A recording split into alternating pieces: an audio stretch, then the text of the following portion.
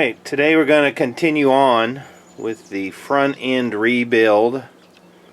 The other side is going to be same as the first side. I'm going to try to get my axle put back in so we can measure for the lift kit, because I'm kind of curious to see how far it raised it up.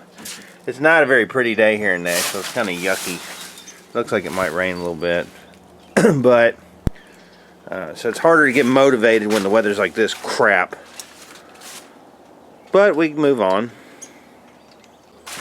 Those are parts we're going to be working on. We're going to be putting on the steering components because it's hard to move it without any steering.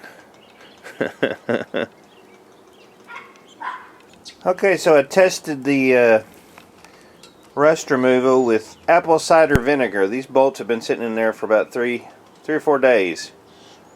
So we're going to take those out and take a look at what they look like. These bolts have been sitting down in the apple cider vinegar for like 3 days. You can tell it did take some of the rust off. But nothing that I would write home about. I don't think it's that great. There's still rust all over them. Now that could be because they were dirty or something. I don't know. But it's kind of a waste of time, really. So I'm going to wash these up and get them dried off and maybe clean them up with a wire wheel a little bit before we put them back in. Just a side note, on some of these rusty front end parts I decided to do a little experiment. I saw online where it says you could use apple cider vinegar and let the parts sit in there for, a couple days and it'll eat the rust off, and that's just a load of crap. Here's my thought on that. Okay, so let me just give you a little heads up. When you go to the store, if it says green, environmentally sound, good for the environment, safe for pets, don't buy that crap, because it's just like this vinegar. That stuff sucks. It was a waste of my 2 days.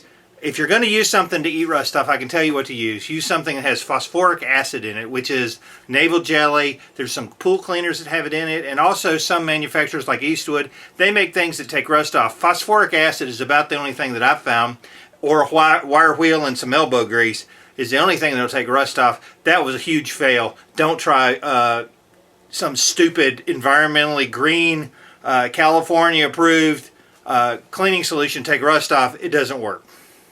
Okay, so the drive shaft is cleaned up fairly well, and you want to make sure you get these spines cleaned up really well before you put it back in your front end, because you don't want a bunch of dirt and crap going in there. Now we're going to drain it and put a new gasket on it, but for right now the axle is clean and we're not going to be introducing a bunch more junk into it. Okay, so we've cleaned up the axle fairly well. One of the things that the manufacturer of the axle seal says to do is to coat it with grease before it's installed so it doesn't catch on that rubber for the axle seal when we reinstall it. Which kind of makes sense, So we're going to just coat it with a light coating of grease before we install the axle back in. And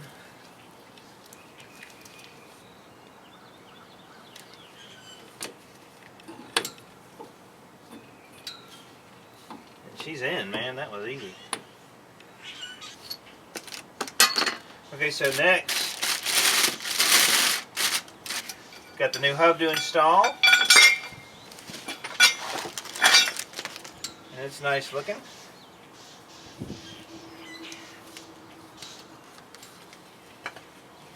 One thing that I like to do when I'm putting in these new axle bolts, because I'm not replacing the U-joints at this point because I'm being lazy, and they felt pretty tight anyway, I like to put a little bit of anti-seize on these threads, so when I take them apart next time they're not going to be all jacked up. So just a little anti-seize compound, number 13, copper plate. Little anti-seize on there. And that'll guarantee that these won't be seized up next time I try to put them in, take them out.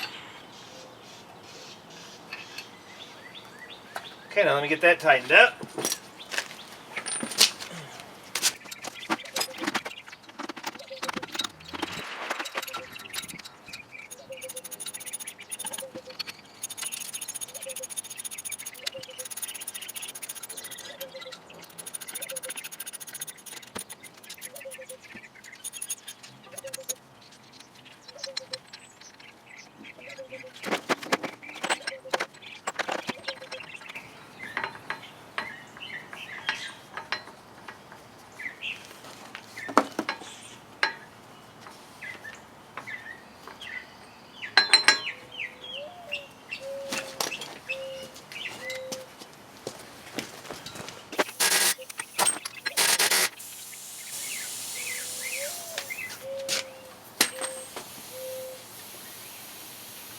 Okay, we got all our bolts off of the existing pieces.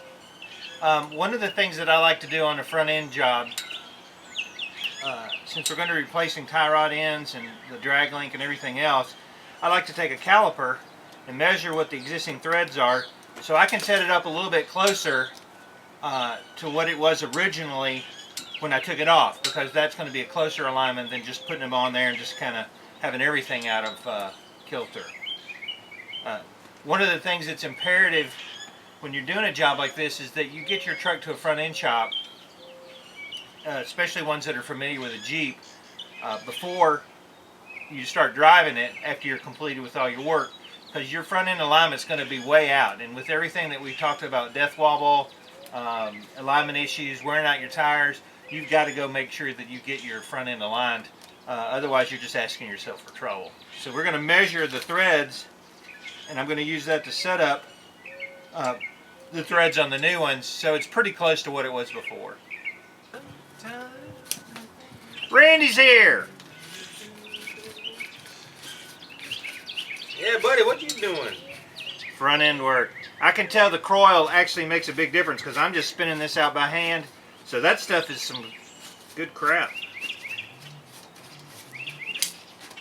Now, it is a reverse thread, so if you turn it the right way, it helps. So it's not righty-tighty, lefty? No, it's lefty, righty, tighty, whatever. It goes the opposite way. It's opposite, absolutely.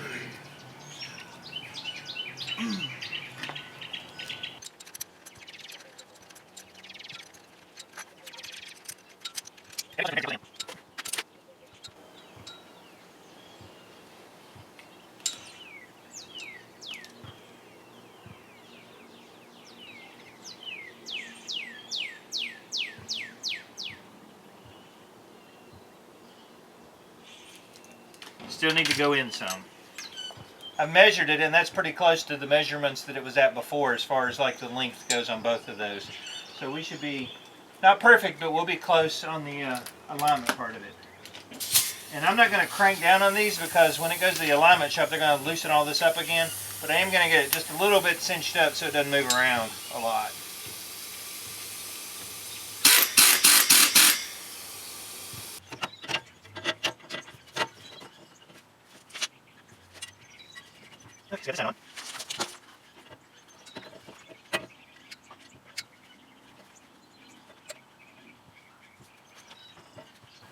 Okay, I'm tightening it down a little bit, but I'm going to have to take this side off when I do this front knuckle. So I'm really just trying to get it where I can drive it to measure. So that's where we're at right this second. Alright, so all our new front end components are installed. That one over to the pitman arm. And then this one over here. This one's all finished with the knuckle cleaned up, tube seal. All of the steering components are updated. Well, I had high hopes today to finish up the Jeep, but as you can tell, the weather turned to crap. They're actually calling for snow here in Nashville tomorrow morning. What's up with that? Alright, so that's going to be about it today. The weather has kind of stopped me from doing any more work on the Jeep, but I am pretty happy with the progress. We got the ball joints on, got the front end components replaced. Once I get that one side in with the new ball joints, I'll be able to tighten everything up on the front suspension, and we'll pretty much be done with that. And hopefully we can get started on some body work, because that's the next big project that we got coming up. David from Redneck Garage. Stay warm. Turn some wrenches.